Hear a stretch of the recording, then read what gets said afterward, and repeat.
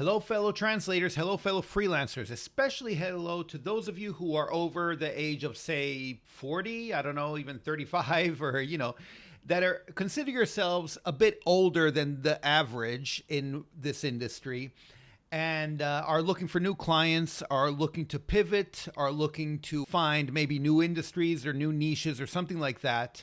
And you find it quite difficult with all the change that's going on, because this is a big thing. And I've seen more and more of it. Translators on the older side who are trying to find new clients or trying to change what they're doing and trying to figure it out. And by the way, a couple things. First of all, I'm one of them too. I'm in my 40s, and my agency now is going through a lot of changes, very interesting changes, which I'll probably talk about in another video because I think it could be useful to you guys as well. The changes and why we're going through them and everything.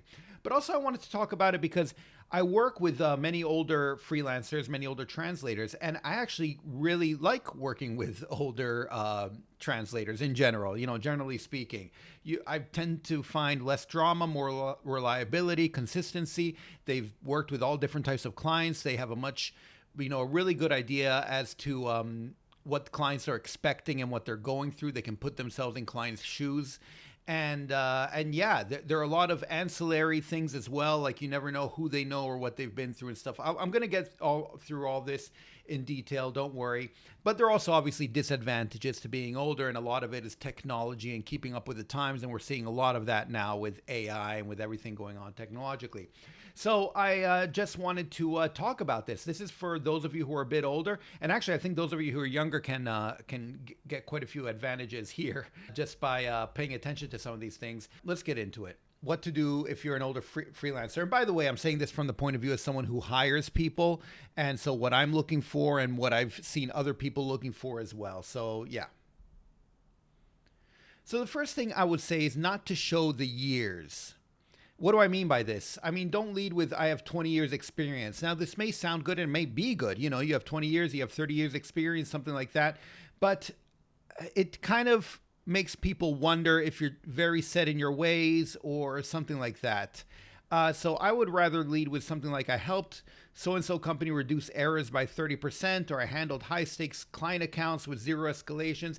Just lead with a lot of the stuff you've accomplished. Like I've worked with Fortune 500 companies. I've, handled so-and-so types of translations for litigation, or I've, completed all these different technical manuals for different types of companies. Whatever it might be, have these accomplishments that you've made, rather than leading with a 20 years experience. Like you can see it's 20 years experience. I'm not saying to hide it, but just don't lead with that per se.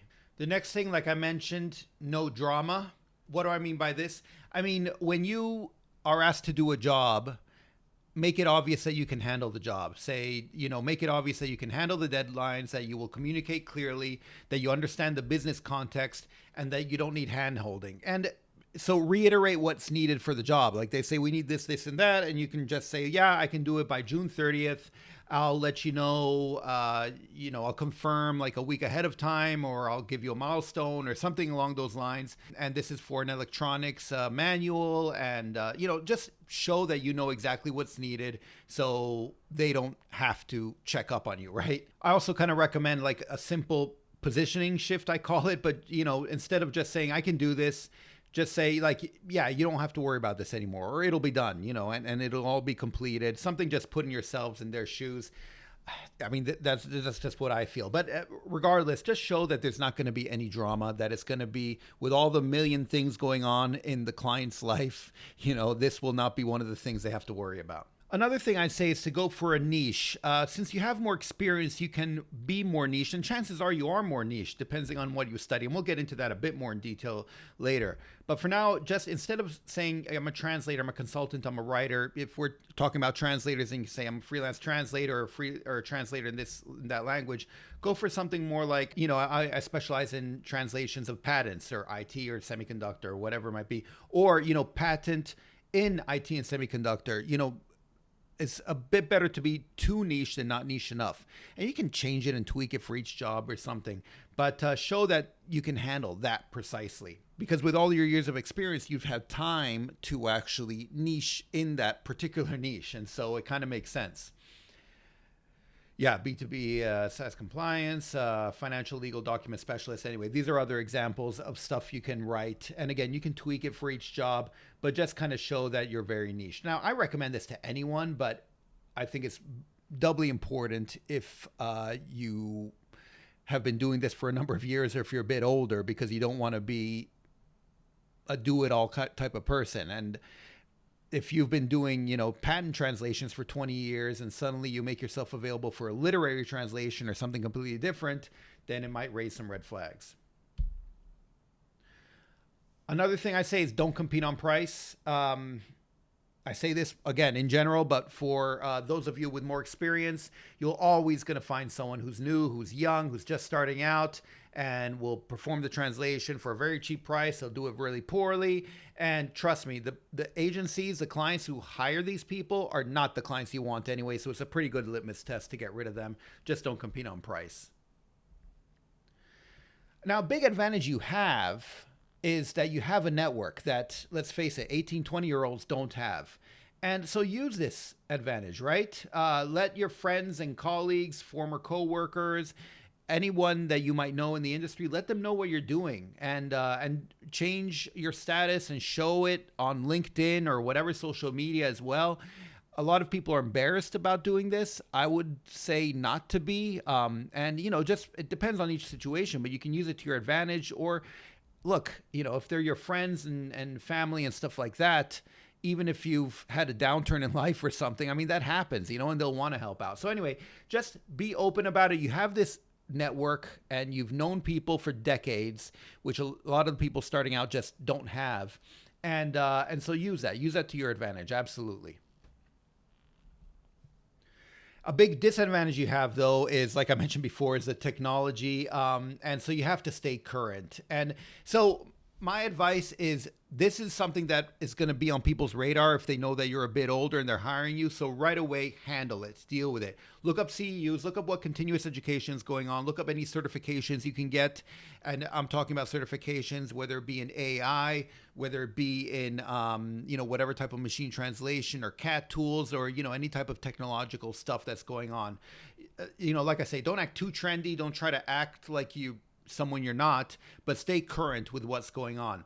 And even if they don't particularly need what you're specifically showing, like if you show that you have something in AI, or if you show you have a certificate for the latest CAT tool, something, at least it shows that you're not resistant to change. They might not need that specifically, but it shows that you're keeping up with what's going on, and that's always a good sign. Another thing you can do, and I just mentioned this because this has happened to me, is you can offer advisory, right? You've been through many different situations, and so if you see a situation that you've come across before, you can say, I've dealt with this issue before, or, I've seen this issue before, and this is how, the clients dealt with it the other time.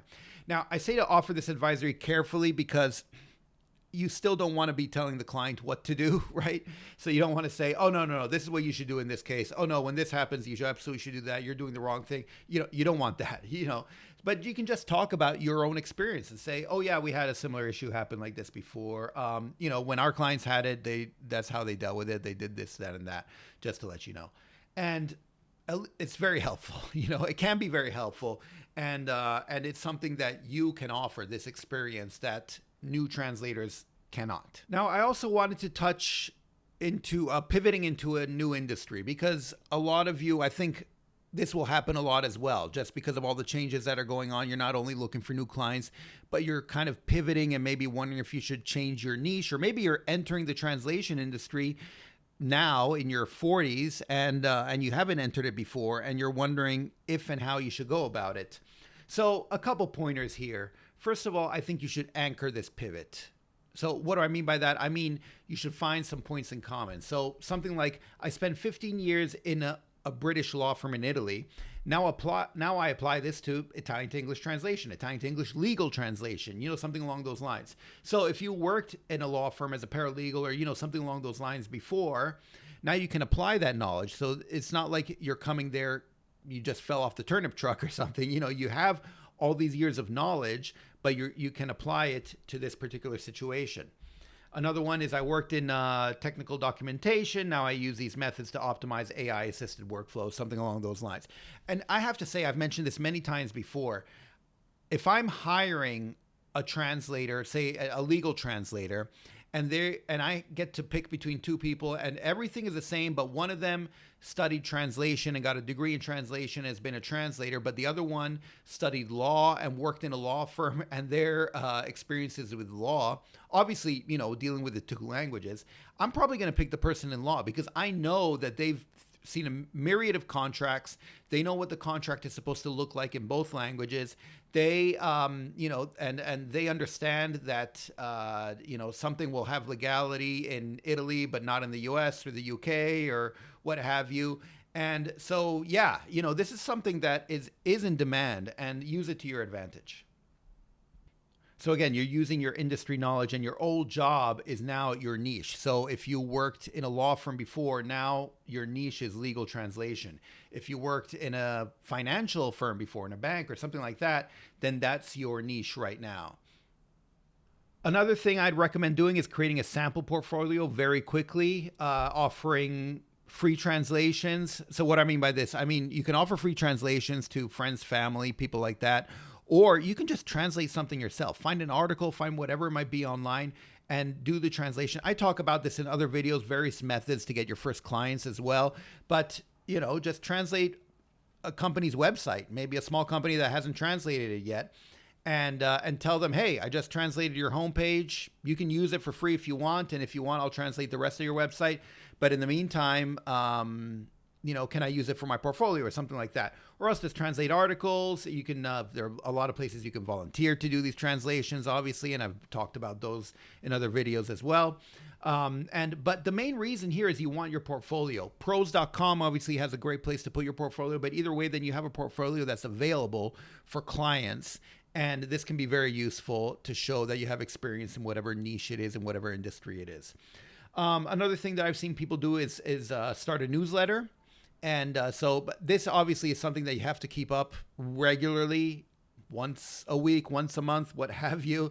So only commit if you're really sure you can. You might want to start off with a blog, seeing if you can, keep up the pace. Because once you start a newsletter, you don't want to make it haphazard and start missing stuff out. You can to a certain extent, but test it out at the beginning. But this is a great way to, to kind of update people on what's new in the industry maybe, or else just have a newsletter. So someone I know has a newsletter where he translates Chinese articles into English, revealing stuff about China and Taiwan and stuff like that aren't available in the English language. And so he'll do that, and then he'll also offer a little bit of commentary with it as well, sprinkled in. And it's extremely interesting. I find it extremely interesting, and it's a great way to showcase what you do. By the way, this goes for any of you, not only older people. If you can do something like that, that's great. But especially older people, because you have experience, and so you can apply and show, at least for this person, what's going on in current events to experience in the past, etc. So just finding things like this are great in order to get your name out there, especially to showcase your experience. And the last thing I want to mention here is to expect a drop in title. You're used to maybe being managing director or being senior this or chief that, and now you're going to go to being, I don't know, a freelancer, I guess, or a junior consultant in this or outside consultant in that, whatever it might be. Don't worry about this too much. At the end of the day, it's sort of an ego thing. And, the important thing is you want to get your career back on track and use whatever advantage you have and try to get going. So don't worry too much about the drop in title. And by the way, this is something that will be rectified quickly if you do things correctly and can get your stuff back on track. And that's about it. If I've missed anything, let me know. But again, this is just based on my experience of working with people and also being of that age myself. And, and also having friends going through it and stuff like that. So I kind of just wanted to point out different ways that those of you who are a bit older might be able to find a way to find new clients, to pivot into a new industry or new niche or something like that. If I'm missing anything, feel free to let me know. If you have any questions, feel free to let me know. But hopefully you guys will find it useful. And if you know anyone who's going through this right now, feel free to share this with them because I think it's something that, that can help people when they're going through changes like this and through this point in life. Anyway, I hope you find it useful. Otherwise, I'll talk to you next time. Okay, thanks. Bye. Savedum.